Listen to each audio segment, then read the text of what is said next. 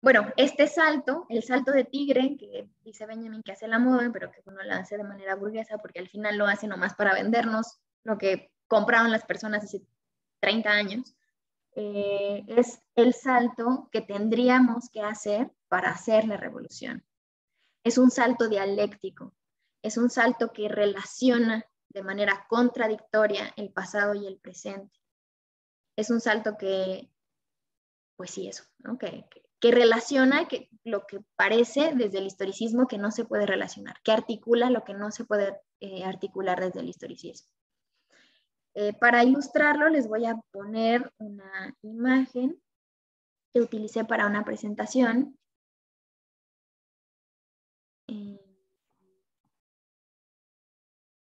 Permítanme. Según yo lo había abierto, pero parece que no.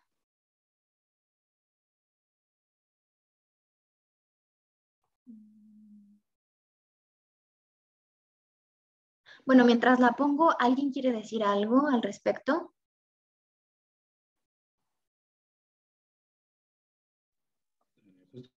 Una duda. Sí. Yo me acordé del Quijote porque, digo, la narrativa del Quijote es, el señor Quijote agarró toda la estructura de caballeros como de un siglo pasado para su época, pero más porque enloqueció leyendo cuentos de caballería bajo el sol, ¿no? Pero de todos modos, eso no quitaba que muchas de estas cosas de caballería realmente eran bastante como chéveres para la banda en el sentido de sí, pues hablaba de todos modos de justicia, de querer hacer el bien, de seguir un código de honores, etcétera, etcétera, ¿no? Entonces, si quitamos la parte de la locura y ponemos, imaginemos que realmente lo siguió porque le pareció que pues estaba bastante bien, ¿no? No digo, ¿por qué dejamos la caballería si tiene esta estructura bastante como chévere para la banda, ¿no? Bastante así como chida para interactuar noblemente entre los demás. ¿Se podría considerar eso un salto de tigre loco porque agarró algo del pasado que como, ¿por qué lo dejamos? Está chido. O ese no, porque no, creo que sí, el Quijote es chistoso.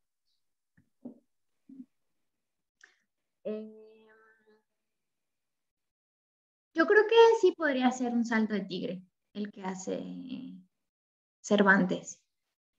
Porque la historia que escribe Cervantes no es una historia contemporánea a su vida, ¿no? Sin embargo, hace un espejeo de los problemas, incluso cuando leemos el Quijote. Bueno, yo no he terminado de leer el Quijote, ¿no? Es así, de estas obras que ¿no? Yo creo que muy pocas personas en la vida lo han terminado de leer. Pero podemos a veces recurrir a ciertos episodios del Quijote y espejear el presente en sus personajes, ¿no? Espejear el presente, o sea, en el personaje del avaro, ¿no?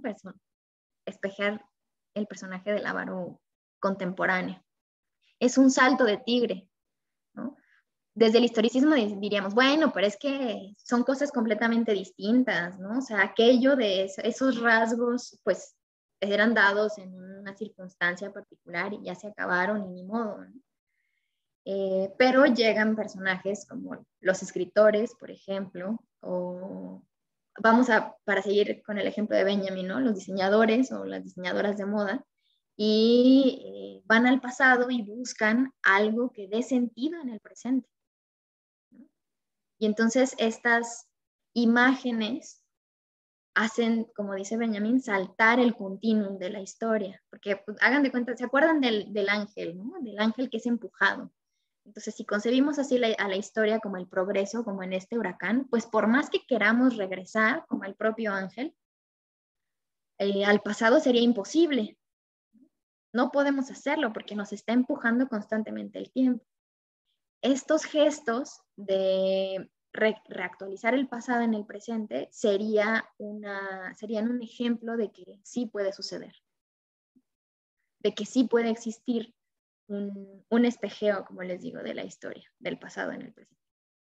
Más o menos, Milton. Sí. Paco, adelante. Sí, es que la imagen esa es perfecta, ¿no? O sea, entonces pareciera que continuamente se está se están actualizando los elementos más importantes, o al menos los que nosotros consideramos más importantes de la historia que hemos vivido, que han vivido nuestras otras generaciones, se actualizan, se reactualizan, pero sobre todo es como una perspectiva de responsabilidad y de peligro constante, como lo habías visto en otra de las tesis, que parece que cerca a la vuelta de cualquier esquina está la posibilidad de que se repitan también. O sea, que este momento, por ejemplo, este momento es el resultado, por ejemplo, es las consecuencias, por ejemplo, del orden mundial que se planteó en la Segunda Guerra Mundial, ¿no? Lo estamos viviendo todos los días, lo estamos viviendo. Entonces, a la vuelta de la esquina siempre está la posibilidad de que se repitan lo que eran tópicos de esa época, ¿no? Entonces, el fascismo, pero también ahora se está viviendo de una manera bien, bien extraña, ¿no? Aunque son consecuencias de lo mismo, con sus innovaciones, con sus modernizaciones. Pero, por ejemplo, estamos viviendo no sé, la imagen se me hace extraña, difícil de encajar, pero estamos viviendo algo paradójico, ¿no? Ahora con Palestina, por ejemplo, ¿no? Es exactamente limpia étnica, es exactamente lo que le estaba pasando a los judíos. Pero ahora, por un país confesional y sí, sionista y también judío. Claro, esto que acabas de relacionar pues es justo el llamado benjaminiano, ¿no? ¿Por qué Benjamin? Entonces se está haciendo toda esta cuestión que si el salto de tigre y que si la moda y que si el continuum, por esto que nos dice Paco, ¿no? Por esta responsabilidad, por esta sensación de peligro que estamos teniendo, de peligro de que se pueda repetir la historia, lo más horrible de la historia, ¿no? Lo más terrible de la historia. Y si hacemos un salto de tigre hacia el pasado, nos podemos dar cuenta que se han venido repitiendo los horrores y que efectivamente la historia no es que se repita tal cual, ¿no? Sino que se reactualiza, reactualiza sus sentidos. Entonces, claro que este salto de tigre es un salto de tigre propiciado por el momento de peligro. La moda, pues, no tiene un momento de peligro, ¿no? Pero Robespierre sí tenía un momento de peligro. Los movimientos sociales contemporáneos también tienen un instante de peligro, ¿no? También reconocen el peligro en algo. Por ejemplo, el retorno del fascismo, que es lo que dice Paco, ¿no? Lo estamos viendo, o sea, está aquí ya el instante de peligro sobre el fascismo. Híjole, es algo muy fehaciente, ¿no? Y lo estamos viviendo además en estas elecciones. El discurso de los partidos políticos, pero sobre todo de los partidos políticos de la oposición a Morena, por ejemplo, híjole, o sea, sus argumentos, podríamos hacer un salto de tigre al pasado y buscar esos argumentos en la época de los fascismos. Es una cosa muy impresionante, muy, muy impresionante. Y la banda, además, que fue lo mismo que pasó con los fascismos, está pensando que le está haciendo frente al fascismo, cuando en realidad lo está encarnando. Bueno, sí, creo que en la propaganda política contemporánea, afortunadamente ya el 6 de junio son las votaciones. Yo espero que mucha gente deje de darse el permiso de opinar de esa manera tan irresponsable públicamente. Pero bueno, frente a este escenario sentimos un instante de peligro muy cercano. Sí. El otro día estaba viendo creo que era Krause, una entrevista que le hacía con otro de estos señores espantosos, no me acuerdo, todos estos señores pues súper conservadores y fascistas, ¿no? Y diciendo como, habíamos tenido en toda la historia de México, no sé si lo vieron, yo lo vi, además qué vergüenza, en varios estados de WhatsApp de mis contactos. Dice Paco, qué ojo, no digo, claro, allá también hay izquierda, oposición, claro, por supuesto, bueno, Creo que lo hiciste ver, pero está bueno que lo aclares, porque bueno, una cosa es el Estado de Israel y la otra cosa es la comunidad judía, ¿no? Que son cosas completamente distintas y que parte de la comunidad judía también está en contra del Estado de Israel. Entonces sí, son cosas diferentes, ¿no? Y judíos muy críticos con el asunto, incluso judíos muy practicantes, que bueno, están muy preocupados por la cuestión sionista. Pero les decía que el discurso del fascismo, bueno, parecía, estaba Krause desayunando con unos señores, todos blancos, por supuesto, ¿no? Y se les notaba así el conservadurismo. Entonces decía, bueno, hemos tenido en México presidentes de todo, presidentes corruptos, presidentes, pero nunca habíamos tenido un presidente cruel. Y yo, ¿qué? O sea, ¿qué está pasando? Un presidente al que no le importa nada y un presidente que deja morir a los niños de cáncer. ¿Qué? Señor, ¿qué está diciendo, no? Yo creo que ese tipo de discursos tienen sentido y tienen gravedad y justo revelan el peligro en el que estamos si los anclamos en la historia, si sabemos de dónde viene, si sabemos por qué esta banda está diciendo estas cosas y apelando completamente a un sentimentalismo y a una moralización y a que bueno, era lo que hacía el fascismo. Sí vi eso, pero solo le andaba lamiendo las botas al Calderón porque creo que estaba en su casa. Ah, sí, pues imagínate, que le invitaron a desayunar a su casa. O sea, a ver, un presidente cruel, yo no sabía que estaba en la casa de Calderón. Un presidente que inicia una guerra civil en su propio país, ¿no? Calderón es ese. Bueno, ya, es que la propaganda política últimamente es algo de miedo. Pero bueno, les voy a compartir, ya encontré la presentación, les voy a compartir esto, que es mi intento de hacer, es mi presentación de mi collage el día de hoy, es mi intento de hacer este salto de tigre al pasado desde el instante de peligro que reconozco, que tiene que ver con el racismo. Y ahí les va. No sé si ya se ve, creo que sí.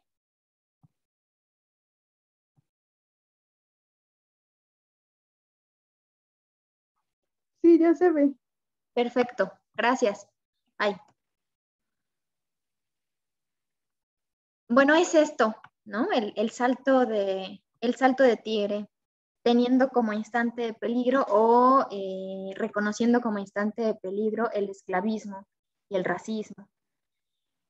Estas tres imágenes son tomadas con siglos, bueno, entre 1783 hay más que entre 1939 y 2011, pero son tomadas con bastantes años de separación. Y si se fijan, esta imagen del pasado que pareciera, o sea, que si lo leemos desde un punto de vista historicista, ya no existe, ¿no? O sea, ya no existen estas españolas criollas que tenían una esclava negra, ¿no? Que les comprara fruta y se las pelara, que es lo que está haciendo esta mujer, para que se las comiera, ¿no? Alguien podría decir, bueno, pero es que la esclavitud ya no existe, o sea, es algo como hablar de esclavitud, y lo dicen mucho, hablar de esclavitud de manera contemporánea es algo completamente descontextualizado, anacrónico. Pero creo que estos saltos de tigre al pasado explican muy bien esta foto que realmente fue tomada hace 10 años, que no es hace tanto, ¿no? Hay una reactualización del pasado en el presente, hay un instante de peligro reconocido desde la esclavitud y el racismo, y hay una identificación de lo que significan estas expresiones violentas con sus particularidades en cada uno de estos momentos.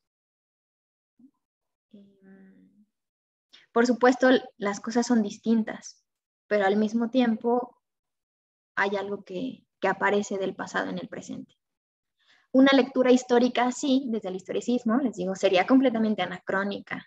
Y aparte estaría yo aquí haciendo un mal uso de la metodología histórica, ¿no? El argumento de lo estás descontextualizando. Pero bueno, nuestra historia no es la del historicismo, es la del materialismo histórico de Benjamin, y con él creo que a partir de estas imágenes se puede ver de manera clara esta suspensión del continuum de la historia y esta inquietud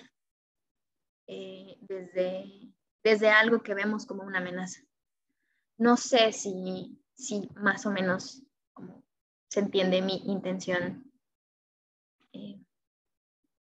de poner estas imágenes y hablar del tiempo de la hora y del salto de tigre al pasado. Y bueno, esto entonces ahora también se relaciona con la cuestión de la revolución, del salto dialéctico que dice Benjamin, es el salto que proponía Marx. ¿Sí? No es una de las cosas para las que Marx no sirve, es para hacer un proyecto de revolución. El pensamiento crítico no sirve para hacer proyectos.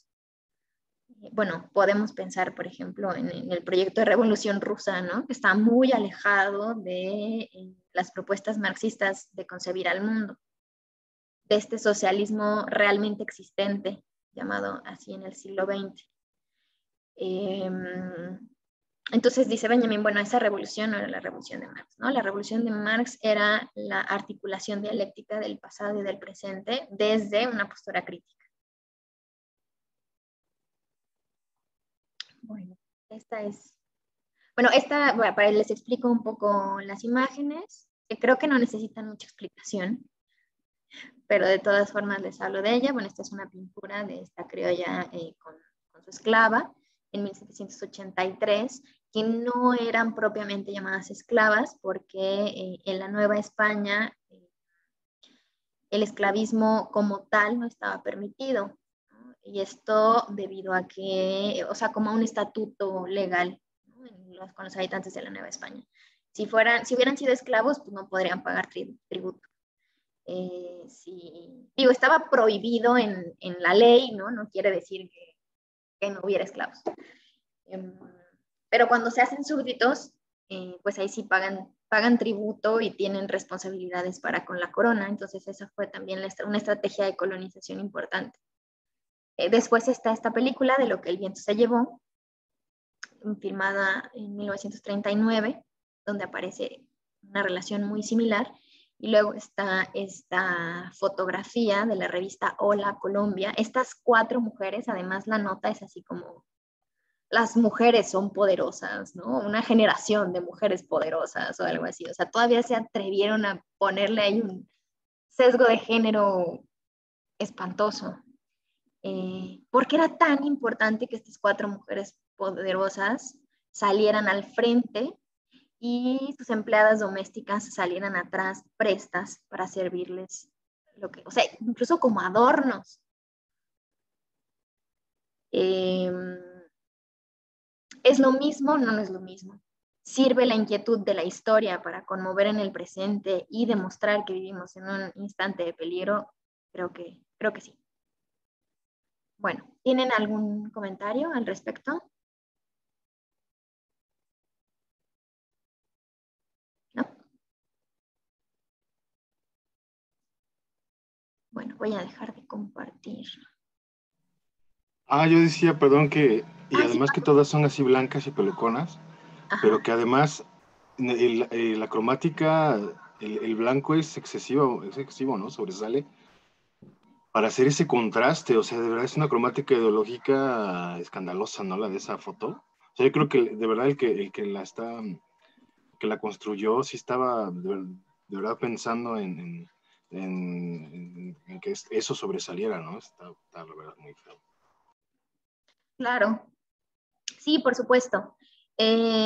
Bueno, Benjamin hablará de las imágenes dialécticas, ¿no? Y de cómo los discursos en las imágenes dialécticas están presentes como que nos llegan los mensajes de las imágenes dialécticas de manera instantánea, ¿no?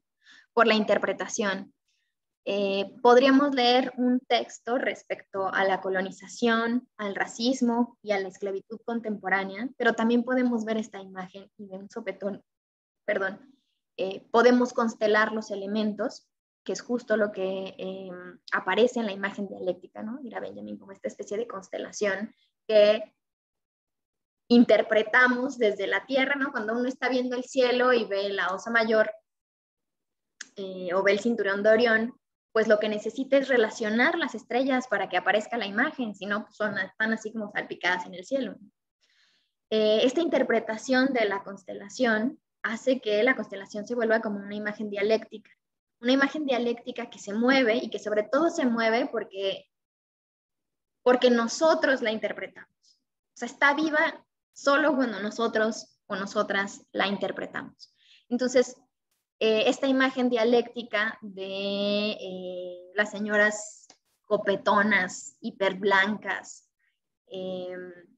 la cromática de la que nos hace ver Paco, ¿no? La disposición de la fotografía, todas estas cuestiones hacen que atemos cabos, interpretemos, relacionemos la constelación y aparezca el mensaje racista, que podría aparecer cuando leemos un libro, pero que en esta imagen nos llega así, es como un golpe en la cara, creo yo. O sea, en las tres imágenes son un golpe en la cara, y a mí me parece que al final, la imagen final, la del 2011, es más un golpe en la cara contra los argumentos de que no existe la esclavitud contemporánea, de que ahora las personas están asalariadas, de que tal vez las señoras tengan seguro social, ¿no? Las señoras empleadas domésticas que aparecen detrás, pero que la imagen está revelando una cosa más allá de lo que a lo mejor un discurso podría articular. ¿Sí? ¿Sí, más o menos? ¿Me doy a entender? Bueno. Le seguimos entonces. ¿Alguien tiene alguna participación? Ceci. Pero, o sea, como de la tesis, o sea, Tú tenías una presentación, ¿no? Tienes una presentación. Bueno, ¿les parece si cerramos esta tesis y damos chance a Ceci para que nos la comparta? Entonces, antes de que nos la comparta Ceci, ¿alguien tiene algo más que decir al respecto de esta tesis? ¿Alguna pregunta? ¿Algún comentario? Más o menos se va esclareciendo el asunto del tiempo de la hora. ¿Sí? Bueno, si tienen alguna pregunta, puede salir después. Y entonces ahora sí, Ceci, ¿vas a compartir pantalla o algo así? Déjame entonces. Creo que ya puedes.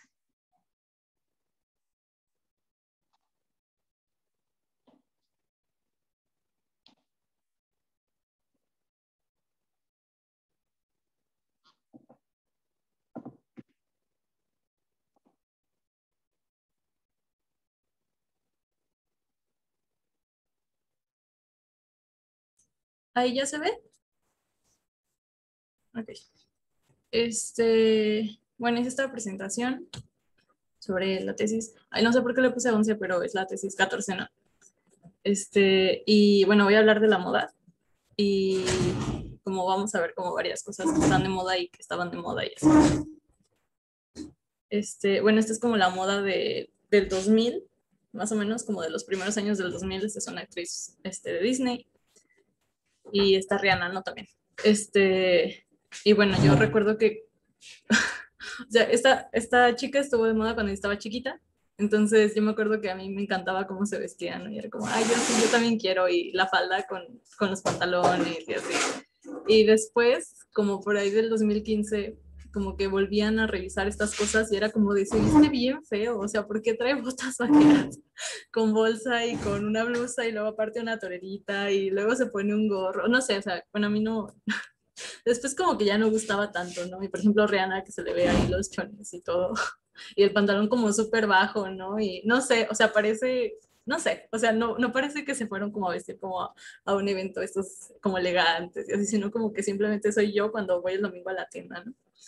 Y, y luego pues ya, ¿no? Como él me dice, oiga, ¿quién la vistió? Y, y ahora sí está de moda otra vez, entonces es como esto, no sé, como que primero se juzga y se prejuzga y se dice, ay, se viste bien feo y no sé qué, y luego vuelven a la moda y yo no lo entiendo, o sea, de verdad no entiendo qué pasa ahí. Yo siento que hay cosas, bueno, en general soy como una persona un poco conservadora en ese aspecto de que sí me gusta como ciertas cosas y espero que siempre me gusten y que no cambien porque si no me siento como fuera de control. Y esta es una chica que recreó sus outfits hace poquito, ¿no? Y se ven diferentes, o sea, se ven mejor en ella que en la primera actriz. Y no sé muy bien por qué, pero algo pasa ahí, algo raro pasa. Podría ser como el enfoque de la cámara, la iluminación, el maquillaje, no sé, pero para mí se ven como súper distintas y, y una sí se ve bien y la otra no, y es muy raro. Bueno, también tenemos el de los años 90, que aquí se ve todo como muy fancy, ¿no? Y muy bonito y así, pero bueno, no sé, a mí no me gusta tampoco cuando estaba en los 90. Yo no viví los 90, pero me imagino y por las películas que vi. Y es como bueno, a mi izquierda tenemos a esta chica del Príncipe de Bel-Air y cómo se vestían, ¿no? En los 90 y así, y ahora como las chicas de Pinterest, ¿no? Como se dicen que es como súper, es que es diferente, se ve diferente. Aquí sí me gustan las dos, pero se ve diferente y no sé por qué, si se supone que están como recreando el look del pasado. También tenemos los 80s. Aquí sí ya estoy más perdida porque yo, pues, los 80s no, o sea, y pues tenemos como que esto también, tenemos a la chica, ¿no? De los 80s, supongo que es de los 80s, pero no sé, y se ve distinto. Y no sé si es insisto, no sé si es por la cámara, por la luz, por el maquillaje o por qué, pero se ve distinto. Y a mí me parece que se ve mejor como las más contemporáneas, por alguna extraña razón. O a lo mejor es porque es lo que consumo y lo que suelo ver. Y es a lo que estoy acostumbrada. También tenemos los 70s. Esto según yo es como lo que se está poniendo en moda ahorita. De hecho, yo quiero unos pantalones acampanados. Y también tenemos como a Cher y a esta chica, ¿no? Que no sé quién es. Y se ven diferentes. O sea, no pareciera que están intentando emular el pasado, pero sí toman elementos de ahí. Y no sé qué pasa. Tenemos también supongo que son los 60s. Y bueno, estas chicas son un grupo coreano y se visten como en los 80s, ¿no? Según yo, o en los 70s. Es como pantalones acampanados y sacos y playeras como raras y brillitos y botas como con el tacón como ancho, no sé. Aquí tenemos otra foto de ese mismo video musical que también tienen como, o sea, no sé qué tipo de estilo es pero también supongo que es como también retomado del pasado, porque lo he visto en otros lados como antiguos, pero no sé dónde. Y también tenemos esto, sobre todo las chicas de hasta la izquierda, que tienen así como, no sé, es raro. No sé cómo explicarlo, pero es eso, o sea, si lo ven es más fácil. Y también tenemos esta chica de los años 60 también, ¿no? Como con cuadritos, la de en medio. Y las otras que insisto que a mí me gusta más como se ve la de en medio por alguna razón y es más contemporánea, ¿no? Y es extraño cómo toman elementos del pasado, pero no se ven igual que en el pasado. Y bueno, estábamos hablando de esto, ¿no? De la constelación y me acuerdo de esta fotito y me gusta mucho. Y es como como datos, información, conocimiento, instinto, sabiduría y teoría conspirativa. Y pues a mí me encanta esta foto, ¿no? Porque me gustan las teorías conspirativas y relacionar cosas que al parecer no tendrían como mucho sentido. Y ya, esto.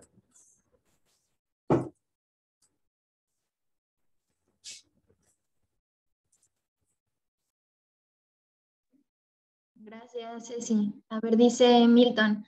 Pues hay un cuento de Borges donde dice que tiene un compa que quiere recrear todo el Quijote desde cero y recrea exactamente igual unos 20 capítulos, pero Borges dice que solo por ser su amigo del presente le da una vibra más loca al texto.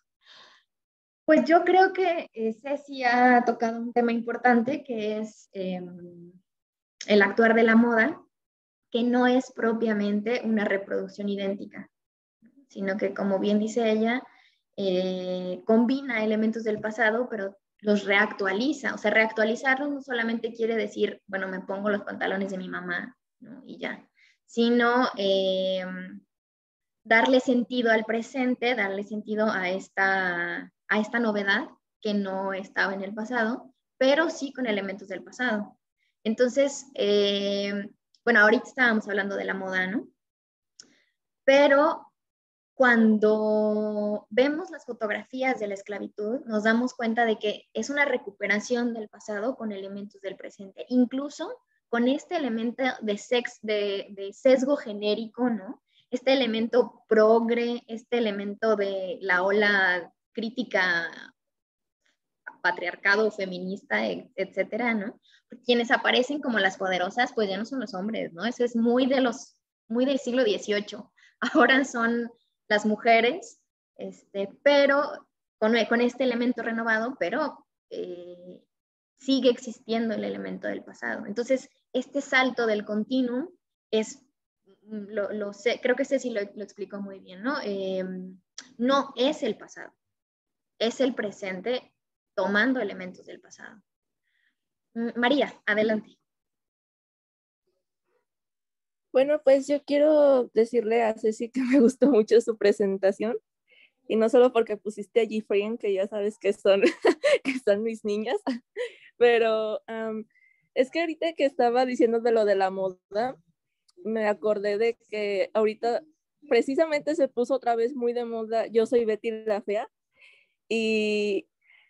y he visto como muchos comentarios en Facebook en donde dicen, es que Betty era una adelantada a su tiempo, ¿no? O sea, como ahorita mencionando esto del adelanto del tiempo, porque dicen, es que ahorita, o sea, la ropa que ella usaba, ahorita está de moda. Entonces, esa ropa se supone que se la ponían como para hacerla ver mal, ¿no? O sea, como mal vestida. Entonces, no sé, sí es curioso cómo va cambiando el tiempo y cómo de alguna manera, pues sí tomamos como ciertos aspectos de ese pasado, ¿no? Y no sé, simplemente se me hizo muy curioso que no sé, o sea, una ropa que tal vez en los 90s o a principios de los 2000s, que fue cuando se hizo Yo soy Betty la Fea, pues ahorita sea como una moda, ¿no? O sea, como algo muy, o sea, que muy chic, que se vea muy bien. Y pues también quería mencionar que me parece que en la foto donde salió Gifrien, que es como, o sea, como que dijo Ceci que no sabía muy bien cómo estaban vestidas. Creo que es porque están vestidas con Chanel.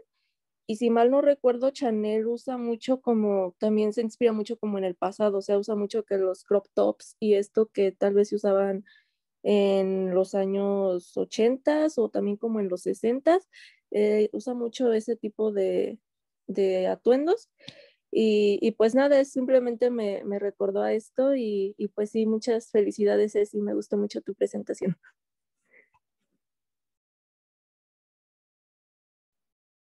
Muchas gracias, María. Ceci, adelante. Bueno, Betsa dice que tus presentaciones le dan vida. Estuvo muy buena. Ay, pues muchas gracias.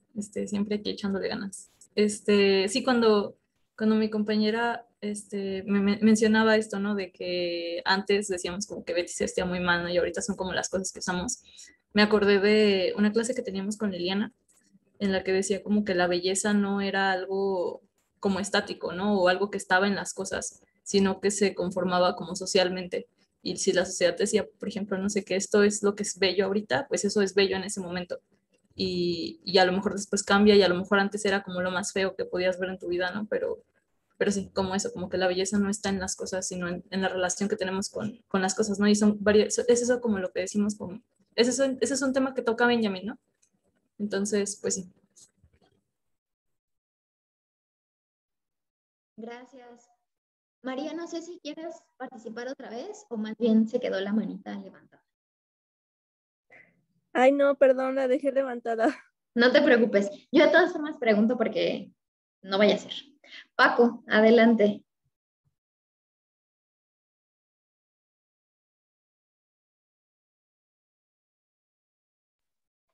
Perdón, es que no daba el clic, no sé por qué. Ah, sí, de la exposición de la compañera. me interesó, sobre todo la del vestido a cuadros, estos cuadros blanco y negro, porque deja muy claro exactamente la época. O sea, el vestido a cuadros donde encuentras al final o en alguna parte cuadros con un... O sea, con el cuadrado en color negro y el fondo blanco, o sea, con ese marco, digamos, negro, ese es totalmente de los 60, 70. Pero en la actual, o sea, 2000 y tantos, jamás verías ese cuadro remarcado. O sea, simplemente un cuadro blanco con un cuadro negro. Entonces, ahí se da uno cuenta que aunque se repiten o se reescriben las formas, se pudieran repetirlas o se pudieran reactualizar las circunstancias, nunca puedes hacer una copia fiel, o sea, nunca van a aparecer exactamente de la misma forma, sino siempre reconstruidas. Y eso pues, nos hace pensar de que también no se pueden aplicar las mismas fórmulas del pasado al presente sin tomar en consideraciones pues todas las variantes actuales, ¿no? Por ejemplo, a mí me saltó mucho ahorita una noticia donde en Rusia el líder del Partido Comunista Ruso le manda una carta abierta a Putin exigiéndole que se regrese a la época soviética, así, que se regresen a los valores nacionalistas, bueno, y hablando de nacionalismo, o sea comunismo, nacionalismo, así como, ¿cómo? Bueno, sí se puede, en Rusia se puede. Y exigiéndole que eche para atrás las políticas neoliberales impulsadas por Gorbachev. Entonces, yo sentí en ese momento de verdad un salto de tigre. Ahorita no le podía poner nombre, acabo de ponerle nombre. Que dije, ¿qué onda? Ahorita vamos a empezar a hablar de los Balcanes, o de qué vamos a empezar a hablar de cosas de los 80s. Entonces fue así como muy retro el asunto. Y entonces lo que quiere este hombre es repetir fórmulas que no funcionaron. O, en todo caso, también podría estar pidiendo hacer las cosas que realmente no se hicieron nunca, ¿no? Lo que él está pidiendo que volvamos a la revolución, pero entonces quiere decir que a lo mejor no se hizo la revolución. Entonces, ahí me fascinó mucho esta imagen porque sí, o sea, de alguna u otra manera se están reenfrentando los asuntos que se quedaron pendientes en el tintero, que no se resolvieron ni los 80 ni los 90. Realmente los 90 fue una época que yo la viví pues, muy joven, entonces no tienes una gran... Pero sí siento que fue una época muy irresponsable. O sea, yo creo que estamos viviendo la estupidez de los 80s y los 90s actualmente, pero van a llegar con este tinte de variantes que de verdad se tienen que considerar, no se puede intentar reaplicar a lo tonto. Y finalmente, que sí, yo vaticino el regreso de los pantalones acampanados, porque de hecho yo los usé, pero en su segunda oleada, o sea, porque los acampanados tuvieron primera oleada 60, 70s, segunda oleada 90s, finales de los 90s, 2000, horrible además, pero bueno, yo los usé desgraciadamente, tengo que reconocerlo, y ahora van a regresar, pero además van a regresar en su modalidad más terrible, que es combinados con este concepto del kilt, ¿no? De la tela escocesa a cuadros. Entonces, ese era el peor acampanado que te podías encontrar, que se mezcla con el kilt. Ya, Dios mío, va a regresar así, y los hombres también lo vamos a terminar usando, así que ni modo, esperen que pase este salto del tigre también en cuanto a la ropa. Gracias, Paco. Mencionas algo bien interesante que es lo que no se ha resuelto. Creo que la postura historicista piensa que las cosas en la historia se resuelven en el pasado, no sé, que ya, por ejemplo, las naciones latinoamericanas son naciones independientes porque durante el siglo XIX vivieron sus procesos de independencia, que ya no existe esclavitud porque la abolición de la esclavitud, bueno, fue bastante lenta alrededor del mundo, pero digamos que ahora hay instituciones que salvaguardan la posibilidad de que exista la esclavitud, ¿no? Etcétera, etcétera, que son temas que se cerraron en el pasado, que se quedaron allá muertos, estáticos, y que el presente no tendría que recurrir a ellos. ¿No? Hay algo que también está muy, muy en el discurso de los partidos no oficialistas contemporáneos, ¿no? O sea, el PRI, el PAN, el PRD y demás, que es que, por ejemplo, Morena abre heridas del pasado, ¿no? Y abre, bueno, ustedes saben que yo tampoco soy partidaria de la política institucional, pero cuando veo estas cosas, hasta me dan ganas de votar, de veras. Diciendo que, bueno, que en realidad esta forma de revisitar la historia, como lo está haciendo la Cuarta Transformación y como lo está haciendo Morena, es solamente para reabrir las heridas del pasado, hablar otra vez del resentimiento, ¿no? Se ha vuelto muy popular el discurso del resentimiento, los resentidos sociales. Es una clave historicista esa, de decir, ¿para qué otra vez van a revisitar el pasado?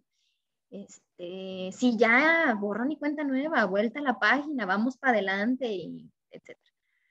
Bueno, resulta que no es que lo estemos revisitando, es que sigue apareciendo en el presente, de una manera distinta, por supuesto, como la moda, ¿no? Pero sigue apareciendo en el presente. Un compañero de la clase de filosofía latinoamericana en uno de los trabajos expresaba que a él le parecía muy rara la obsesión con la historia que tenía ciertas posturas anticoloniales, ¿no? Y bueno, lo que yo le comentaba en su trabajo es que esta obsesión con la historia no es otra cosa que este momento de peligro del presente.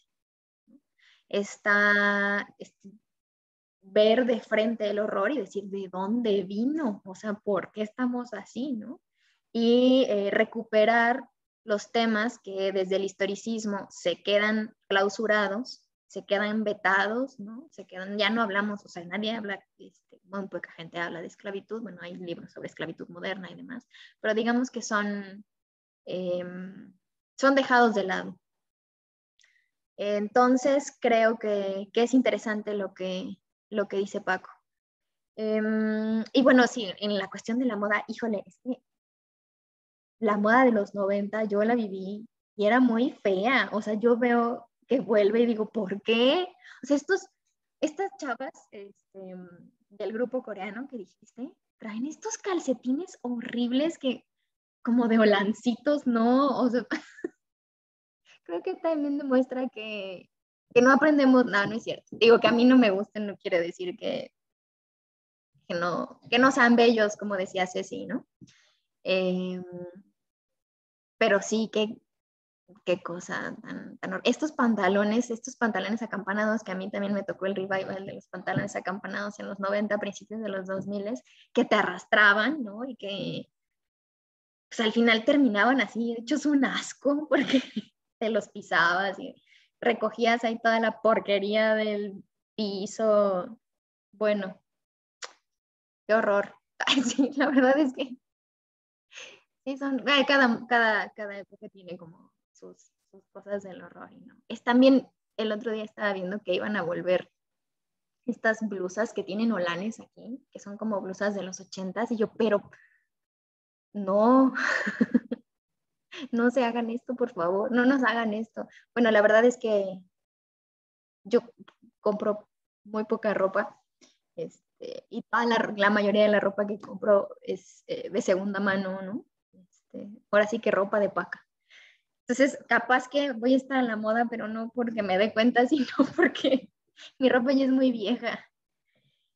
Y bueno, hay que pensar, hay que considerar que todas estas estrategias del pasado en el presente, pues son estrategias de la clase dominante, ¿no? También hay que pensar en eso, en que es una estrategia de consumo, la cuestión de la moda. No siempre, y no con esto quiero decir que todas las expresiones de indumentaria y demás sean políticamente cuestionables, para nada. Creo que es muy interesante hacer una relectura de la moda de forma política e histórica, pero sí saber que todas estas cosas que consumimos, como decía Ceci, pues tienen sobre todo el interés de que compremos y de que estemos insatisfechos eternamente con lo que nos ponemos, con quienes somos, con cómo nos vemos, y que esa insatisfacción nos deja en un lugar de vulnerabilidad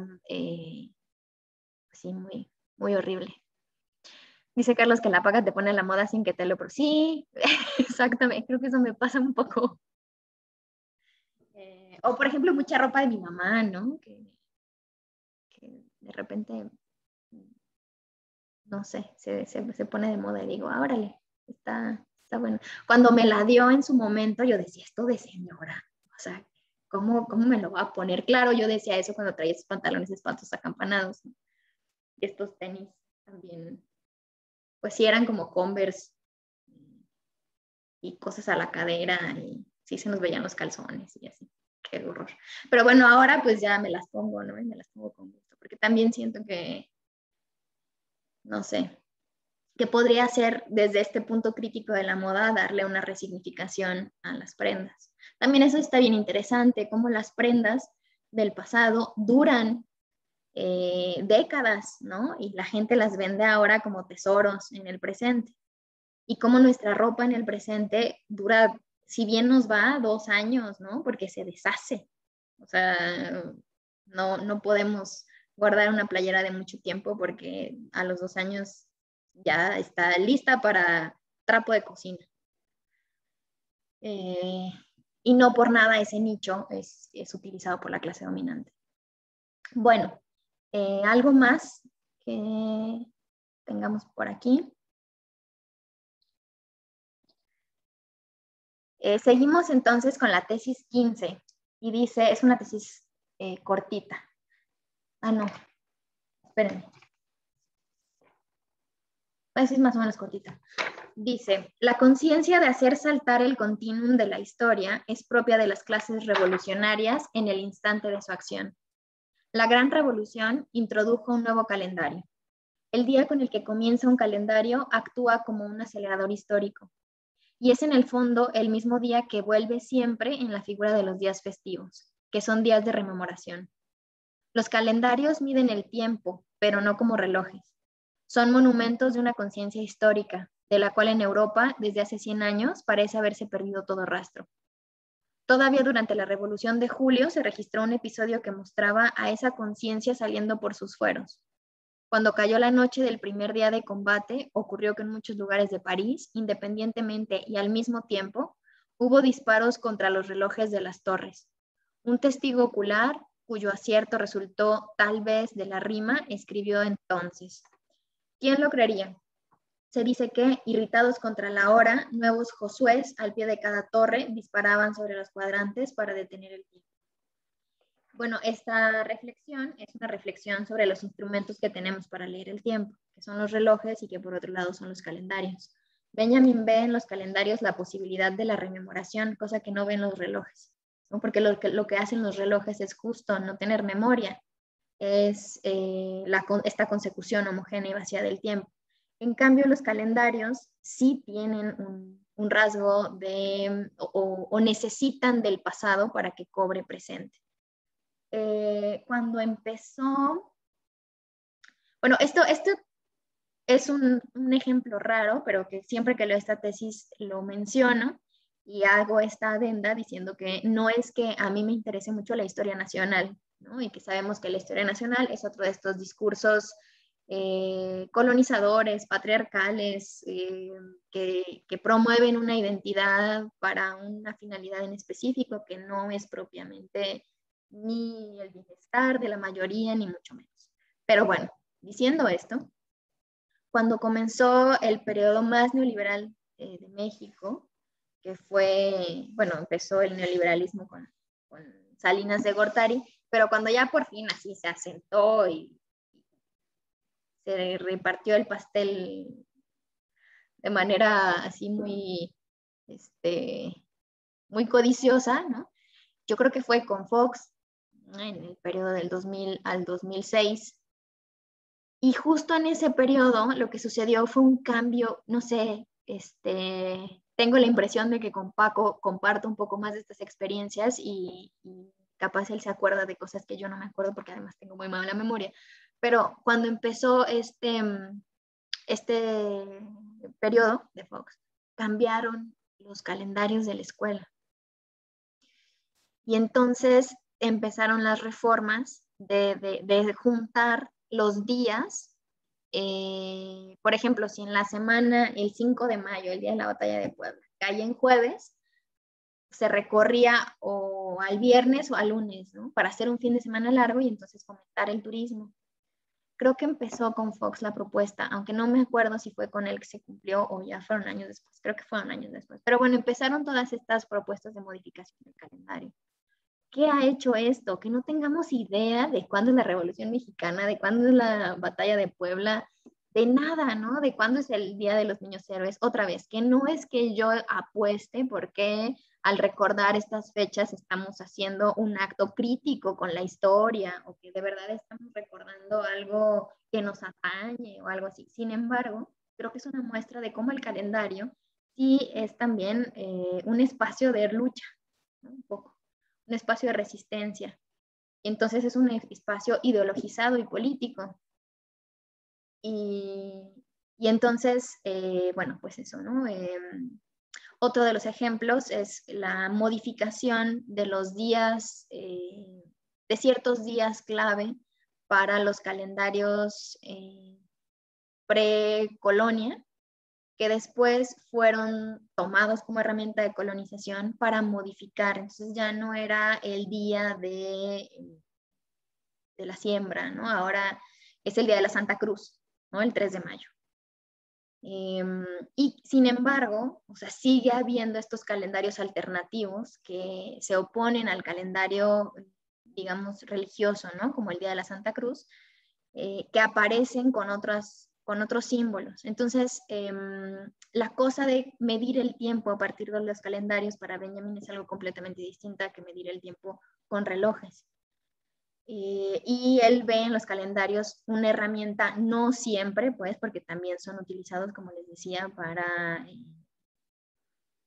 pues, como para colonizar, para ideologizar, pero que pueden ser también a veces una herramienta, si es que existe una crítica a esa ideologización y colonización, pueden servir también como para rememorar cosas que no son importantes y que significan algo en el presente, ¿no? Como la cuestión del 8 de marzo, por ejemplo, que creo que es muy importante que sepamos por qué existió, desde dónde vino, ¿no? Y que últimamente las compañías se han apropiado de eso y entonces ahora ha perdido como completamente sentido de por qué existió el 8 de marzo, ¿no? Y vemos a compañías como la Coca-Cola partícipes del capitalismo más brutal, que fue justamente lo que hizo que existiera un 8 de marzo, que existiera una matanza, ¿no? Que es rememorada el 8 de marzo. Creo que, por ejemplo, también con meses como, bueno, el mes, estamos iniciando Orgullo, el mes de la diversidad sexual, pasa exactamente lo mismo, ¿no? Ahora yo veo así banderas de la diversidad en todos lados, otra vez hasta en la coca, ¿no? O sea, falta que el PAN ponga su bandera de diversidad, es una cosa muy, muy espantosa. Y entonces, ¿cómo el calendario es un botín para medir el tiempo? Y bueno, lo que cuenta Benjamin, de que el día de la revolución de julio, perdón, salieron las personas a deshacerse del tiempo que les había sido impuesto. No sé si ustedes saben, pero existió un calendario distinto después de la Revolución Francesa. Un calendario que intentó reiniciar nuevamente el tiempo, significándolo de otra manera. Bueno, hasta aquí algo que quisieran decirnos.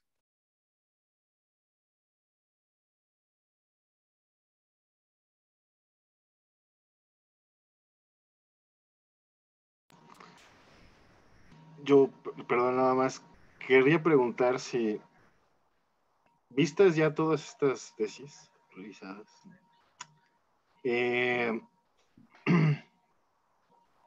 a mí lo que me pone muy ansioso y muy...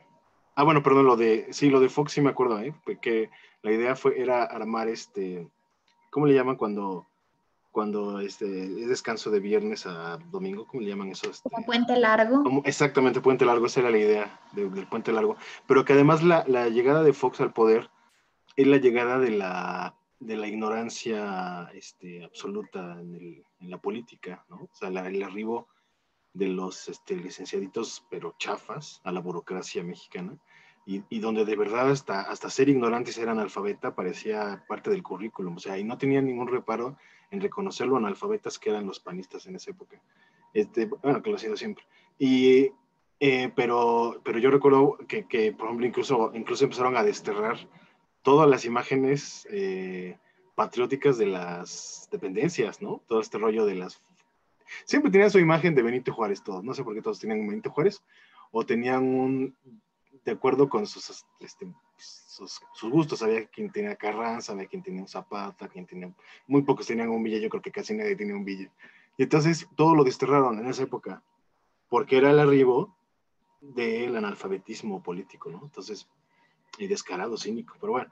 Ahora, en cuanto a las tesis, y ya como conclusión de todo lo que yo he pensado de esto junto con ustedes, es que entonces no se puede construir nada con Benjamin. O sea, yo no puedo tomar las tesis y no puedo tomar el pensamiento benjaminiano crítico de los procesos políticos, históricos. No puedo construir nada.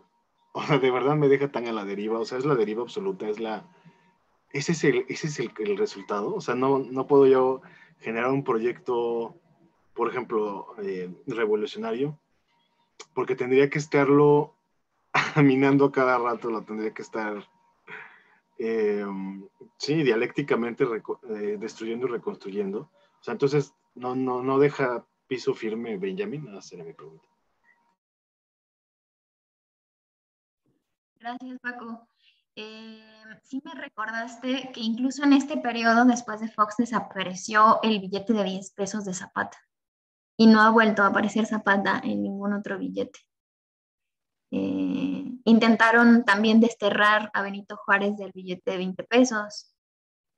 Bueno, en este periodo, no sé, yo pensé que lo iban a poner como en uno de mayor denominación, dados los valores cívicos y patrióticos de este gobierno.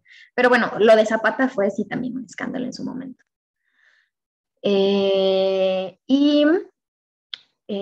¿Qué otra cosa? Ay, habías dicho algo antes de eso.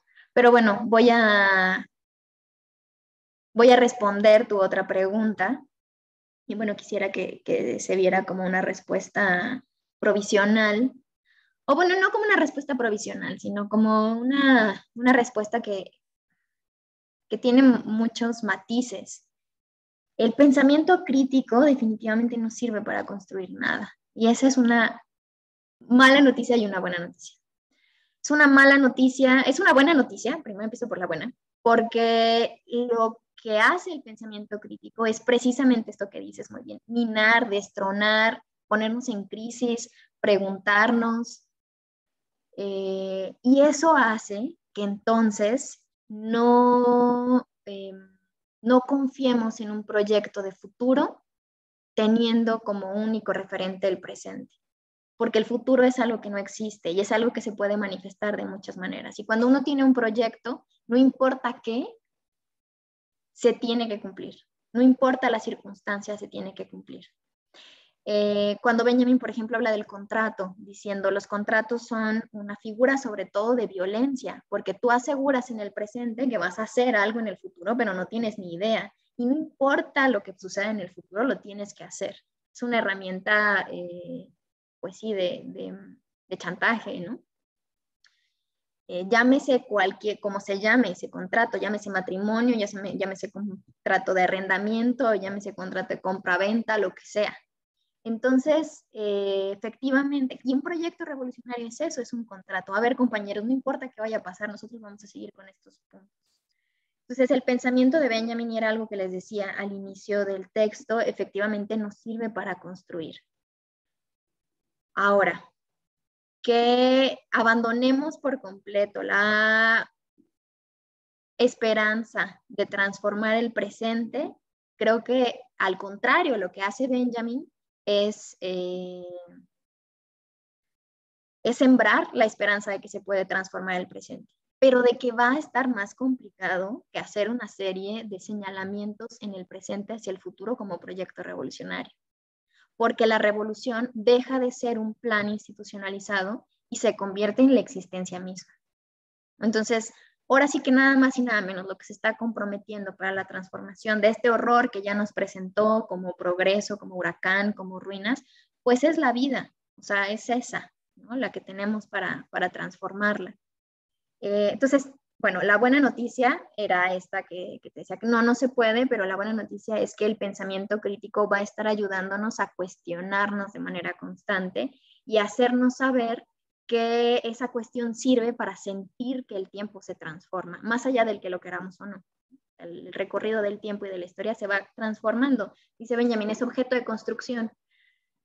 La mala noticia, que para mí en realidad no es mala, sino muy buena, es eso, ¿no? Que Benjamin tiene ahí el segurito de no poder hacer un proyecto benjaminiano, porque eso sería hacer lo más benjaminiano, o sea, lo más anti-benjaminiano del mundo. ¿Qué nos queda? Pues escuchar la crítica constante. Y eso lo podemos, o sea, este pensamiento crítico lo encontramos en Marx, lo encontramos en Benjamin, lo encontramos en José Revueltas. O sea, por eso a José Revueltas lo corrieron de todo mundo, bueno, todos los lugares, todo mundo lo corrió de todos los lugares, ¿no? Del Partido Comunista, de la propia liga que él fundó, de la Liga Espartaco, de la universidad, ¿no? Porque, ¿cuál era su intención? Decía, mi intención o mi tarea es inquietar los espíritus, era estarle picando ahí al asunto de la certeza.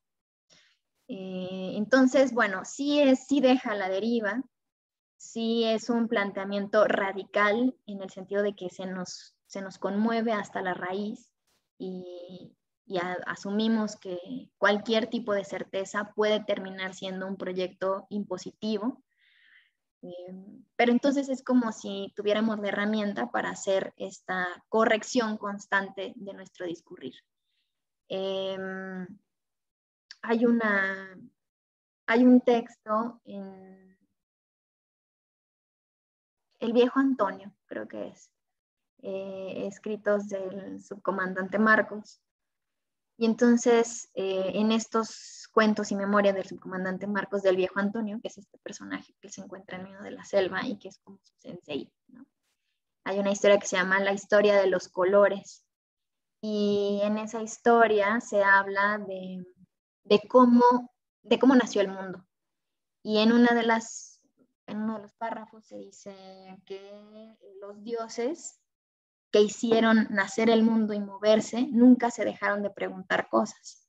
Y que entonces ahora los mayas saben que las preguntas sobre todo sirven para andar, sirven para conocer, sirven para construir el mundo. Lo dice mucho más bonito, tengo la cita a la mano, si me dan 2 minutos, se los leo.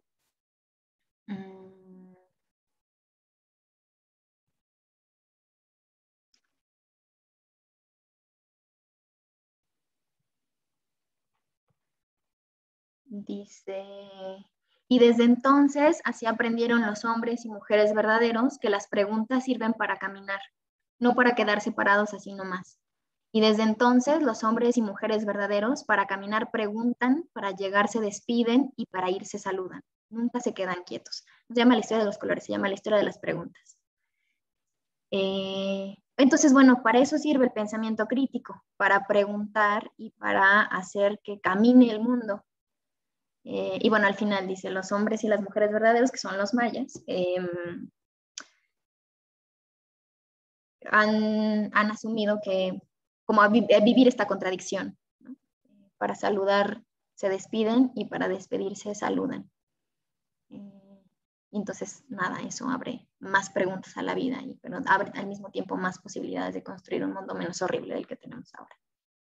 Entonces, esa es pues, uno de los trancazos que uno recibe cuando se acerca al pensamiento crítico, que casi siempre llega con este ímpetu de transformarlo y de encontrar respuestas en algo, después te das cuenta de que no es cierto, de que lo que vas a encontrar son muchas preguntas. ¿Qué es lo que pasa con la filosofía? O sea, cuando dicen la filosofía no sirve para nada, yo digo, es cierto, la filosofía no sirve para nada, ¿no? Pero qué bueno que no sirva para nada. Es decir, no sirve para nada en términos pragmáticos. No nos va a ayudar a ser más eruditos, no, lo que nos va a hacer es ser una banda súper preguntona que va a intentar no quedarse quieta, ¿no? Es esta inquietud lo que permite el pensamiento crítico. Entonces, pues sí, no es imposible. Les decía yo, he escuchado que en partidos políticos, tú mismo, Paco, nos contabas, ¿no? Que se lea a Benjamin como para ver qué se puede tomar de él para agarrarlo en un proyecto. Y no funciona.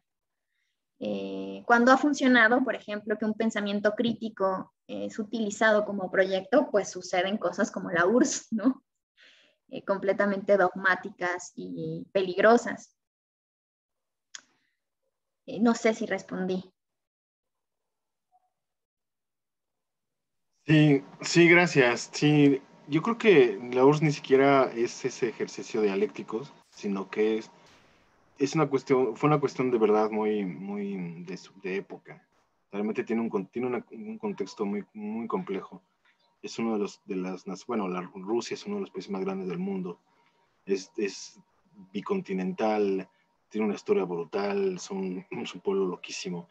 Entonces, era imposible que en ese contexto tan enorme, tan complejo, se pudiera aplicar esas viejas fórmulas del libro rojo de Mao, ¿no? Sino que se tenía evidentemente que tropicalizar, ¿no? Y terminó en las repúblicas socialistas, ¿no? Que es una cosa que pues, no estaba en el libro. Entonces, no sé, pero a mí lo que verdad me sorprendió de esta declaración de este hombre es que primero que nada es una declaración de hechos, está queriendo ser oposición, nada más que como le tiene miedo a Putin, porque pues, ahora por eso digo que está muy rara el salto, porque ahora te enfrentas nuevamente a un zar. O sea, en esa época se enfrentaban al zar, ahora también se enfrentan a un zar. Está muy loco porque de verdad no hay manera de que se puedan reaplicar. Ahora Rusia es un país que está plenamente en el capitalismo, pero muy a su forma. Entonces, no sé, yo de verdad, yo siento que lo que no se puede hacer es agarrar a Benjamin para deformarlo, para así como meterlo a bola de trancazos a una caja y decir, ya ven, mi discurso está justificado por Benjamin. No. Ese es lo que a mí más me sacó de onda de estos proyectos o de estas dialécticas comodonas, ¿no? Y sí, pues sí lo respondiste. Muchas gracias, Paloma. Sí, Paco, estaba pensando, por ejemplo, en el proyecto revolucionario de Cuba, ¿no? También, que bueno, es un país mucho más pequeño, mucho más pequeño que Rusia, pero que también es un país construido con un proyecto revolucionario. Y que la imposibilidad de la crítica lo que permitió fue, bueno, permitió un montón de cosas horribles, ¿no? Permitió un montón de represión, permitió mucho sufrimiento, permitió muchas cosas. Y por supuesto no podemos pensar que este resultado revolucionario del proyecto cubano fue únicamente culpa de su imposibilidad para escuchar la crítica al interior, sino también, bueno, por supuesto, el bloqueo y toda la geopolítica complicadísima que rodea al asunto del proyecto de la Revolución Cubana. Pero si algo no existe en los proyectos revolucionarios, entendidos como proyectos, es la crítica, ¿no? En algún momento uno, en este sentido de la transformación, tiene que creerse algo. Si existen, desde mi punto de vista, proyectos que participen políticamente y de manera activa en la transformación del mundo, no con un proyecto, sino con ganas de organización, creo que sí. Creo que los zapatistas son un ejemplo. No quiere decir que esté romantizando el asunto y que diga, es que son muy buenos. No, o sea, es un ensayo, ¿no? Y el ensayo es, en el camino preguntamos. ¿No? Ese es el ensayo, en el camino preguntamos. ¿Por qué? Porque al inicio del movimiento zapatista, por ejemplo, no existía la participación de las mujeres. Si se hubiera quedado sin preguntas, si se hubieran cancelado el pensamiento crítico y las preguntas, esta ley revolucionaria de mujeres no hubiera sido tomada en cuenta en el camino de la transformación.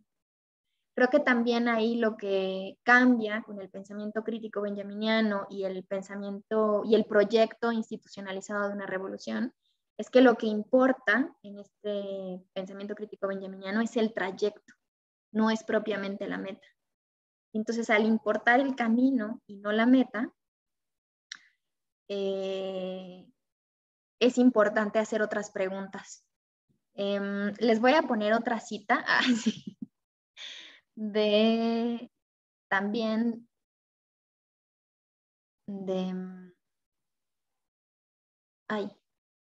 del subcomandante Marcos, que bueno, digo subcomandante Marcos, pero sabemos que no es que sea solamente él, ¿no? Sino que pues es una voz colectiva.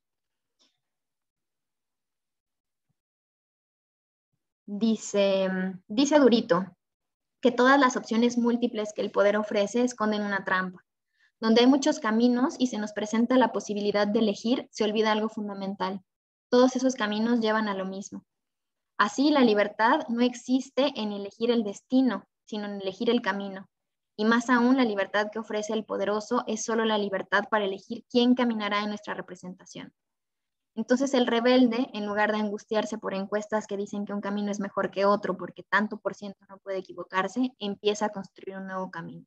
Y creo que las preguntas, más que las certezas, son herramientas para construir nuevos caminos. Y el tanteo siempre, ¿no? Así de, bueno, a ver qué está pasando, no podemos actuar igualmente en un caso que en otro. Algunas redes alternativas, no estoy hablando solamente de, bueno, esos zapatistas que viven en la punta de la fregada en Chiapas y pues allá están muy bien, muchas gracias, ¿no? Creo que estos proyectos alternativos de transformación que no tienen proyecto también aparecen de manera espontánea en nuestras vidas contemporáneas, aunque no pertenezcamos a ningún partido, aunque pensemos que no estamos haciendo política, ¿no? Y es la capacidad que tenemos de pertenecer a una red colectiva y de resolver las cosas de esa red a partir del presente constante, y no siempre actuamos de la misma manera. Vamos leyendo entonces de esta manera el camino, lo que está al lado, las personas que nos acompañan, y es una otra manera de transformar el mundo, que no es la manera tradicional de los proyectos revolucionarios, pero que eso no quiere decir que le valga por completo que el mundo se esté yendo al carajo y que, bueno, pues muchas gracias, yo aquí voy a hacer con mis compas para salvarme lo que sea, ¿no? Sino que es más bien una postura que ha caído en cuenta que las certezas a lo que llevan es regularmente a imposiciones, porque no permiten la pregunta. Entonces el pensamiento crítico sí, no ayuda a construir, no, al contrario, nos deja en la lona, sí, nos deja la deriva. Pero de esa deriva se pueden hacer cosas. Partiendo de ahí, creo que sí se pueden hacer cosas. Bueno, ¿alguien más?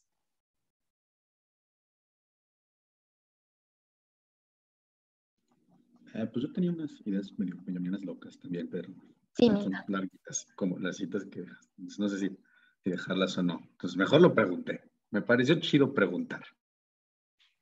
A ver, otra vez, porque no te escuché bien. Tengo unos pequeños párrafos así también que van muy chistosos en relación al tema, con un estilo más o menos como el de las tesis, medio extraño, medio metafórico, pero igual no sé si dejárselas por el chat porque están larguitas. Pues a lo mejor sí. Sí, o por correo, porque luego en el chat se nos va. Si nos las puedes mandar por correo y poner ahí la referencia para que tengamos también de dónde salió y así. Me las inventé, pero... Te las inventaste, son tuyas propias de ti. Sí. Perfecto. No, pues mejor, todavía mejor. Sí, mándanoslas por correo. Debe haber ahí un correo en el que estén los correos de todo el mundo. Creo que es el último correo que les mandé diciendo que se cancelaba la clase del martes. Bueno. Ahí está Paco, creo que también está Julia, creo que también está Eva, que no están presentes, y bueno, estamos quienes estamos en la sesión hoy. Y bueno, Ceci tiene otra exposición de esta tesis. Entonces, si ya no hay otra participación por ahora, le cedo la palabra a Ceci.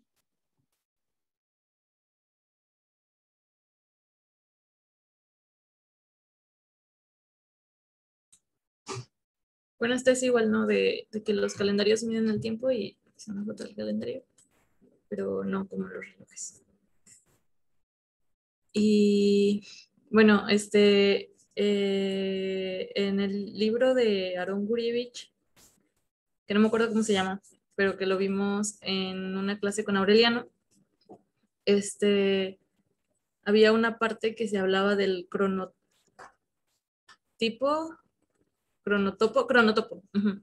que habla de esta relación que tenían o que tienen las comunidades con el espacio y con el tiempo, y cómo ello configura su percepción del mundo y, bueno, en general como de todo.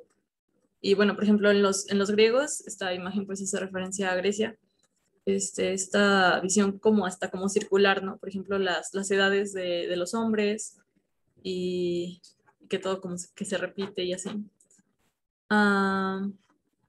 Esos eran, creo, no me acuerdo qué escuela helenística también era como de eso, ¿no? Como de que todo se iba a repetir. Pero pues sí, como que eso. También teníamos como esta concepción religiosa, católica, cristiana, en el que hay como un inicio de los tiempos y va a haber un fin de los tiempos, y a partir de ese fin de los tiempos se te va a juzgar tus actos y vas a decidir como si ganas como la gloria y la vida eterna o no, y pierdes como todo eso. Y Aaron Gurevich hablaba como de esto, ¿no? Y de cómo esto configura la manera en la que percibimos la realidad. Y es que toda tu existencia se va a basar en el único momento en el que estás vivo, ¿no? O sea, ya una vez que mueres, ya nada más te toca esperar a que te juzguen por lo que hiciste, pero mientras vivías. Entonces, esa es como una manera en la que tú configuras y en la que percibes el mundo y actúas al respecto. También lo relacioné, hice una presentación y lo relacioné con San Agustín en las confesiones. Eso lo veíamos con Bárcenas y hablábamos específicamente de las peras, ¿no? De que se roba estas peras y que él estaba así como bien preocupado y decía, es que me robé las peras y Dios me va a castigar y me va a ir muy mal y soy la peor persona del mundo y lo que sea. Y yo me acuerdo que era como, ay, son unas peras, ¿no? O sea, relájate.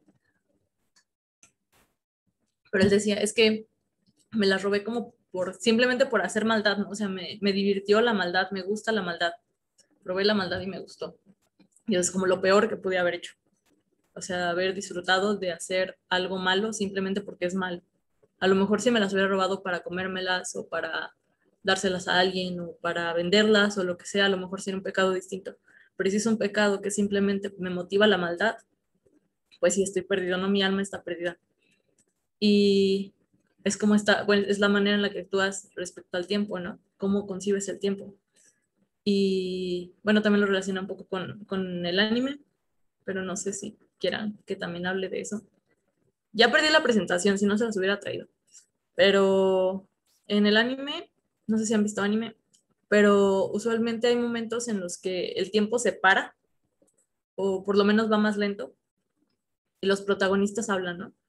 Por ejemplo, se van a morir, están cayendo, ¿no? De un piso, se van a morir. Y el tiempo va más lento, ¿no? Y piensan, y platican, y te cuentan, o sea, que me voy a morir, y me siento así, pasó esto, y así. Eso supongo que también ha de pasar como en películas, ¿no? Un poco más occidentales o en series, así. Y es también esto, ¿no? Que aunque, pues sí, o sea, que toda tu vida se detiene como en ese momento, ¿no? Y ese momento es fundamental en tu vida. Entonces, pues es como esta manera de concebir el tiempo, calendario, reloj, que puede ayudar a configurar como cómo percibes todo el mundo. Entonces, pues esto es más como una invitación a que busquen maneras de experimentar el tiempo distintas. En el metro de la CDMX, yo nada más he ido una vez, se dice, es como estas leyendas, ¿no? Que tiene el metro, de que a veces hay personas que pierden la noción del tiempo, ¿no? O que el tiempo actúa raro en el metro. O sea, que te metes al metro, tomas una línea, no sé cómo se llame, pero viajas en el metro y a veces dura más, a veces dura menos, a veces tú sientes que pasó así como súper rápido y se te fue una hora, fueron 2 horas, 3 horas y sales y ya está oscuro, o sea, como súper raro. También cuando vamos al cine, eso es como más acá del cine porque el cine sí lo conozco. O sea, como que te metes al cine y a veces sales y te sientes raro, ¿no? Se siente como súper extraño y llueve, o sea, a veces entras y cuando sales está lloviendo y es como súper raro, como si te hubieran cambiado de mundo, o a veces entras cuando todavía hay luz y sales y ya está oscuro y es como una experiencia del tiempo completamente distinta. Entonces, pues sí, es como una invitación a que experimenten el tiempo de maneras distintas, ¿no? También tenemos estas dos habitaciones. En una, pues todo está como muy bonito, ¿no? Pero en una hay plantas y en la otra no. Y creo que eso también es parte fundamental del tiempo, ¿no? Y esto que veíamos como del cambio y las preguntas, si tú te encierras en una habitación, no tienes plantas, no tienes relojes y no tienes como alguna manera de medir, es muy poco probable que sepas cómo pasan los días. Y las plantas ayudan mucho a eso, ¿no? O sea, tú vas viendo cómo crece, cómo cambia y te das cuenta que, pues que el tiempo va pasando. Y si no crecieran, si no cambiaran, si no tienes plantas, pues no te vas a dar cuenta de eso o te va a ser más difícil, te vas a desubicar como cuando entras al cine. Y bueno, también quería decir que a veces, esto ya es como un poquito más loco, ¿no? No sé qué tiene que ver aquí, pero se los quería compartir. Que a veces cuando estoy como en un lugar que me gusta mucho, también les invito como a que lo intenten, ¿no? Si es que no lo han intentado ya. Si, por ejemplo, a veces cuando abrazo a mi mamá o estoy con mis gatitas o lo que sea, me imagino que el tiempo se para y se para como por miles de años, ¿no? Y nadie se da cuenta porque el tiempo está parado, pero el tiempo se para. Y no lo notaste, pero se para. Y estuviste así 1000 años. Y ya. Eso es como todo. Entonces los invito a que experimenten el tiempo de distintas maneras y ver cómo cambia su percepción de la realidad y de sus actos.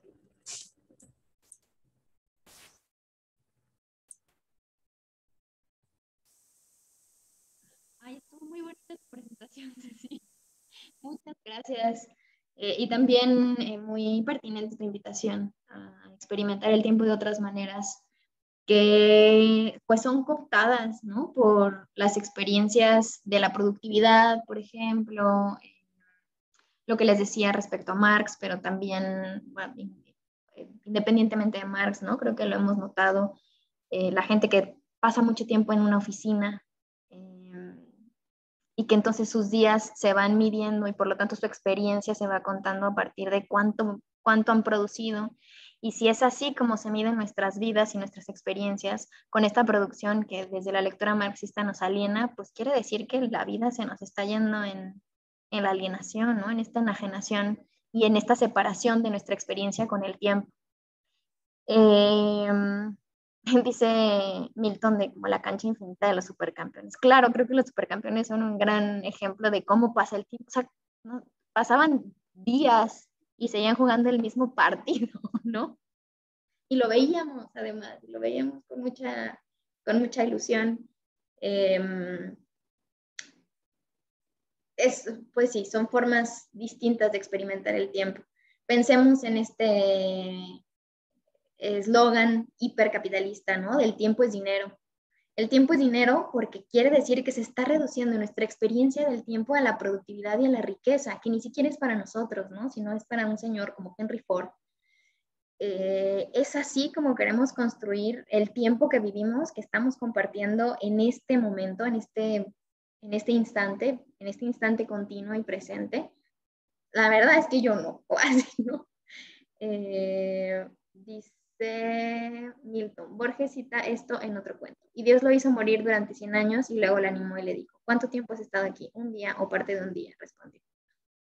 Sí, ¿no? Es eso. Otra de las cosas también importantes de lo que nos mencionaba Ceci es que hemos estado pensando el tiempo y la historia en el terreno de lo humano, pero también habría, si nuestra experiencia está llena de otros seres que no son humanos, como las plantas, ¿no? Estas que tengo acá, nuestra experiencia temporal e histórica, pues tal vez también es interespecie, ¿no? Y es mucho más diversa que simplemente medir el tiempo en la cantidad de tornillos que podemos producir, en la cantidad de camionetas que podemos producir. No sé si les contaba yo que platicaba con una persona que trabaja en la General Motors y me decía, por minuto sale una camioneta. Y yo, ¿qué? O sea, ¿en qué momento, no? ¿Cómo estamos midiendo nuestra vida en camionetas? Y eso hace también que estos sistemas de relaciones de enajenación, de opresión, de violencia, pues se sigan explotando y sigan teniendo la hegemonía de nuestras experiencias. Ceci. Sí, bueno, dos cosas respecto a los supercampeones, justo qué buen ejemplo. Sí, no, es solo un partido, ¿no? Es un partido, están jugando un partido y a lo mejor cuando van a meter el gol, ¿no? Como que se para la cámara y va como el baloncito y así. Y justo es esto, ¿no? Que a lo mejor no es como que se van a morir o que van a salvar la vida a alguien o que van a salvar el mundo, pero es algo fundamental en su existencia, ¿no? En tanto que son, o sea, yo sé que son monitos, ¿no? Pero su existencia es esa, o sea, su existencia depende de ese partido de fútbol. Entonces, pues sí, o sea, como también como valorar esos actos, ¿no? También en nuestra vida, que es un poco más cotidiana también. O sea, como valorar de distintas maneras lo que hacemos. Y respecto a que esta frase como capitalista de que el tiempo es dinero, ¿no? También como darle la vuelta y decir, ¿sabes qué? El dinero es tiempo. Yo siempre hago eso, ¿no? Como, bueno, siempre he pensado eso por problemas personales que tengo. Este, ah, este, sí, o sea, que el dinero es tiempo en tanto que trabajas, ¿no? Para ganarlo. Entonces tú no estás comprando algo con dinero como si el dinero tuviera como el valor en sí mismo, sino que tú trabajaste, ¿no? 8 horas. Entonces tú puedes decir, bueno, me compré esta botella, no, pero esta botella me costó un día de trabajo completo. Y te ayuda a valorar más las cosas. No lo compré con 100 pesos que tenía ahí de la nada, sino que trabajé un día completo y con eso me pude comprar esta botella. Y ya. Sí, y esta concepción de la historia, que es bastante marxista, es de dotarle de historia y de experiencia al mundo, ¿no? Dotarlo de eso, saber de dónde vinieron, no solamente mi trabajo para adquirirlo, sino el trabajo de las personas que lo hicieron. ¿Qué es lo que está empeñado ahí? Eh, y, y bueno, esto que dices, ¿no? El dinero es tiempo. Escuchando a este Samuel García, ¿no? Diciendo que había gente que pues, con unos, ni me acuerdo cuánto, 30,000 pesos, una cosa así, ¿no? Dijo, 30,000 pesos ahí modestamente al mes, van haciendo su luchita y son súper chambeadores. Y yo, güey, ¿sabes de cuántas vidas estás hablando para sumar 30,000 pesos al mes? ¿De cuántas horas de trabajo? ¿De cuántas personas estás hablando para sumar 30,000 pesos? Que tú no tienes idea de nada, ¿no? No es solamente lo que cuesta en dinero, sino lo que cuesta en experiencia. Y entonces ahí también salta muy, muy a la vista que hay experiencias que son jerárquicamente puestas por encima de otras experiencias. Y pues sí, ¿no? ¿Cuánto vale? ¿Cuánto valen esos 30,000 pesos en horas de trabajo? Y bueno, me recordó también tu ejemplo del metro, Ceci, esta canción de Café Tacuba, que no sé si han escuchado. No me acuerdo cómo se llama, no sé si ustedes se acuerdan cómo se llama, pero bueno, es la historia de un cuate que se mete al metro y ya no sale nunca, ¿no? Y dice, no sé cuánto tiempo llevo aquí, pero sé que pasó hace mucho tiempo y en las noches me acuerdo de ti, ¿no? Porque además es como una historia de amor, en las noches me acuerdo de ti, no me acuerdo cómo se llama, pero bueno, es una historia de una experiencia del tiempo distinta en el metro. Sí, no lo recuerdo. Bueno, y gracias por la invitación, que creo que es una de las cosas que podríamos hacer como resistencia política, ¿no? Experimentar el tiempo de otra manera y contarlo y vivirlo, contarlo en reloj, pero también narrarlo de otra forma. Yo a veces tengo también esta impresión de que hay personas que viven a una velocidad diferente, ¿no? Y que por lo menos las generaciones que estamos ahorita, incluso formándonos a través de las redes sociales, de lo que hablábamos alguna vez del TikTok, ¿no? O sea, que el tiempo también, nuestra configuración temporal, espacial y de experiencia se va forjando a partir de lo que nos promovemos. Y si nos promovemos ver durante 2 horas videos de 30 segundos y pensar que ahí está contenido algo importante, ¿no? Está muy fuerte. Bueno, pues si no hay otra participación. Sí, Milton. una rápida. Sí, sí me parece también muy importante poder también decir, incluso los objetos mismos les damos tiempo. Puedes ver un objeto antiguo y precisamente con esa descripción de antiguo puedes sentir así como la magia alrededor de los años con los que ha estado contigo o el peso o como carcelario de eso, ¿no? Por ejemplo, hay una aplicación donde tengo unos juegos llamados Steam y te dice cuántas horas llevas jugando un juego, pero pues, dices, no, llevo 200 horas de mi vida en estos rayos. Que hubiera leído con eso, ¿no? Entonces también en los mismos objetos podemos sentir esas diferencias de tiempo que dan ambientes completamente distintos, desde lo nuevo y casi la inocencia de decir, mira, un juguete nuevo como niño, hasta la cosa bonita y mágica de decir, esto me ha acompañado durante años o esta cosa me ha oprimido durante años. Claro. Sí, bueno, esto creo que refuerza la teoría, parece que no tiene, va a parecer que no tiene nada que ver, pero sí lo tiene, ¿no? La teoría de Einstein de la relativización del tiempo. Entonces, el tiempo se convierte en una cuestión relativa porque relaciona, o sea, no porque exista esencialmente, ¿no? Sino porque se experimenta el tiempo a partir de la relación, que bueno, fue una de las cosas que Einstein promovió. Sí, Ceci. Sí, traigo otras dos propuestas para que experimenten el tiempo de manera distinta. Una es con las emociones, ¿no? También eso me faltó poner en la exposición. Que a veces cuando uno está feliz, como que el tiempo pasa más rápido, ¿no? Y cuando está aburrido, pues más lento. Y a lo mejor no estarnos como ligando siempre a un reloj, pero pues sí, como de esa manera. Y respecto a esto que dice Milton, de que un objeto es antiguo, se me olvidó poner en la exposición y esto sí lo quería poner, que era no sé si han visto Teresa, la novela, no importa. Está como, bueno, es esta historia, supongo que saben más o menos de qué va, ¿no? Es esta chica que crece en una vecindad, odia estar en la vecindad y odia ser pobre y quiere dinero y busca alguna manera de salir como de eso, ¿no? Tiene un novio ahí en la vecindad, pero el novio es pobre, entonces no lo quiere. Y, o sea, sí lo quiere, pero le dice como, es que tienes que ser, pues meterle ganas, ¿no? Para ya que me saques de aquí. Y el chavo es como, no, pero es que ¿cómo crees que voy a actuar como de manera inmoral? Yo tengo que ir como a mi paso, ¿no? Y todo eso. Y al final Teresa termina juntándose con su profesor, que él sí es rico y es un abogado como distinguido de México. Y ya no, ese no era el punto. El punto es que en la vecindad me parece muy icónica. Y en general todos los objetos, ¿no? Objetos sobre todo viejos, pero en particular esta vecindad. Porque es como esta historia, como tan, a mí me encanta esa historia, pero esa historia como tan extraña, ¿no? Porque pasan muchas cosas muy, muy extrañas, pues es una novela mexicana, ¿no? Y es como esta historia tan extraña pasó en esta vecindad, ¿no? O sea, ¿cuántas historias más no ha visto esta casa? Y cuando Milton habla de este objeto antiguo, ¿no? Me refiero a eso, ¿cuántas vidas no han tocado ese objeto? Y cuántas cosas no ha visto y así, o sea, cosas como súper padres y así. Eso.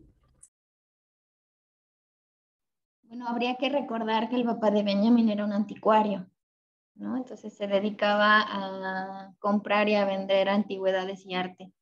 Entonces yo creo que también por ahí le pudo haber venido esta curiosidad por el tiempo. Bueno, pues le dejamos aquí y nos vemos la próxima semana. Ya va a ser la última, les había pedido que me dieran chance. Y pues ya, las personas que iban a entregar trabajo, ya les mandé un correo con las especificaciones del trabajo. Hay personas que han hecho exposiciones, como Ceci, como Betsa. Ahora que si quieren hacer el trabajo, pues yo me opongo. Porque acuérdense que el seminario sobre todo es eso, es un laboratorio de su trabajo. ¿Alguien tiene alguna duda al respecto de esto? Mandé ahí la rúbrica, la fecha de entrega, el tema, bueno, es un tema abierto, las especificaciones. Si no, pues nos vemos la siguiente semana, ¿sale? Que tengan bonita semana, ya es finales de semestre, mucha suerte. Cuídense mucho. Muchas ¿Sí, gracias. Carlos? Gracias, hasta luego. Gracias. Igual, cuídense mucho. Bye. Adiós. Carlos, ¿tú dijiste algo? ¿O solo te despedías? No, tengo una duda. Que Ajá. ¿cuántas tesis de las que vimos podría contemplar para el ensayo? Es que cada tesis trata de una cosa distinta. Entonces, no sé si No hay puedas. número, las que tú quieras. Ok. ¿Y una extensión también viene en la rúbrica, la del Sí, ensayo? sí, viene, bueno, no sé si alguna de las Yo chicas. perdí el correo. ¿Me lo pueden volver a mandar, por favor? Ay, ¿Alguien? ¿En ya. screenshot o algo así? A ver, vamos a revisarlo juntos. Por si hay alguna duda, resolverla de una vez. Ahí se está abriendo. Ténganle paciencia en internet. Aviso para el lunes. Evaluación Benjamin. Les escribo para platicarles cómo he pensado la evaluación. Como bien saben, los seminarios tienen un formato distinto a los cursos formativos. Son cursos que se nutren de los trabajos y reflexiones de todos sus participantes. Es por eso que he hecho hincapié en su participación con exposiciones. Yo sé que son tiempos complicados y que a veces apenas tenemos ánimos para asistir a clases, así que así que quienes no hayan expuesto pueden hacer un ensayo. Es decir, quiero oír su voz, su postura, lo que les ha interpelado el autor y sus tesis. O sea, no quiero que me hagan un ensayo, un texto monográfico de Benjamin. Que me expliquen las tesis, no. O sea, esas ya las hemos visto aquí explicadas. Más bien, un ensayo que contenga su voz sobre alguno de los temas que hemos tratado. O sea, puede ser cualquiera, porque incluso hay temas que se repiten en distintas tesis, como la del tiempo de la hora o la del tiempo homogéneo y vacío. Esas nociones aparecen en diferentes tesis. Y entonces pueden incluir en el trabajo las que ustedes quieran. Por cierto, Betsa, sí está aquí, seguro sí lo tienes. Está en tu correo de Gmail. Sí. Ah, ok, porque lo estaba buscando ahorita de la institucional. Sí, no, está en Entonces el ahorita lo busco en el Gmail. Porque sí lo vi, o sea, sí vi que me llegó y sí lo había leído, pero ahorita que lo estaba buscando para decirle a Carlos, lo traigo perdido, pero ahorita lo encuentro. No, te lo mandé al de Gmail. Bueno, la rúbrica, pertinencia del tema, 70%. ¿A qué me refiero con pertinencia del tema? Que es importante en los ensayos que se escuche su voz, pero hay una delgada línea entre el divague y su voz. Entonces hagan referencia al texto, porque es un texto con una raíz, ¿no? O sea, con una referencia bien clara que son las tesis. Porque luego he tenido experiencias así de, y entonces mi abuelita me dijo, y está buenísima la historia, pero no hay una conexión directa con el texto. Entonces, esa es la pertinencia del tema, el 70%. La extensión es de 5 a 7 cuartillas y si se pasan no hay problema. O sea, las pongo como 7 cuartillas que son las que yo calculo que puedo leer atentamente y puedo revisarles atentamente. Entonces, por eso tiene un límite, ¿sí? Pero bueno, si se pasan 8, no sucede nada. Eso es el... Ay, no. ¿Dónde estaba eso? Ah, sí, el 10%. Ese es a ver, 70% pertinencia del tema, 10% la extensión, porque si me entregan un texto de 3 cuartillas, pues no cumple con los requisitos de la rúbrica. La ortografía y la gramática es el 20%. Pongan mucha atención en eso. Creo que nadie de las personas que está aquí tiene un problema grave con este asunto, pero de todas formas tómenlo en cuenta, ¿no? Mínimo pásenle el corrector de Word, por favor. Porque en los trabajos de Latinoamericana, híjole, luego sí hay unas cosas así bien espantosas. Entonces, por favor, tengan cuidado con eso. Yo aquí ya ventilando. Bueno, no les estoy diciendo quién. La fecha del examen es el 8 de junio, pero pueden mandármelo hasta el viernes 11. Después no podré recibirlo. A ver, la fecha de examen la vamos a utilizar para la clase y como ustedes saben, pues necesitamos fechas de exámenes para calcular cuándo subir calificaciones, etc. Entonces, mándenmelo por favor antes, porque no recuerdo si tenemos una semana o 15 días para subir las calificaciones. ¿Ustedes se acuerdan? ¿Cuánto tenemos los profesores? Yo debería saber eso, pero no me acuerdo. Una semana. Una semana. Pero creo que el semestre pasado dieron como 15 días porque, pues, por la pandemia y todo eso.